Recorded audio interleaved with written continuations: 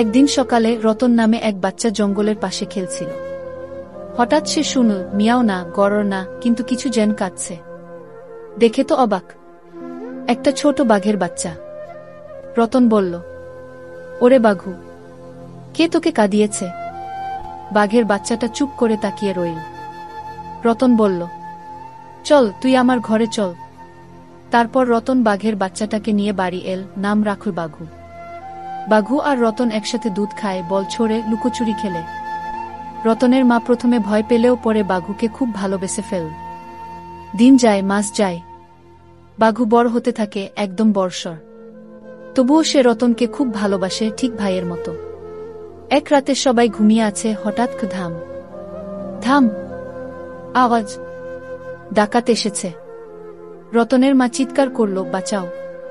বাঘু তখন গর্জে উঠল, গরর। ডাকাতরা তো ভয়ে কাঁপছে।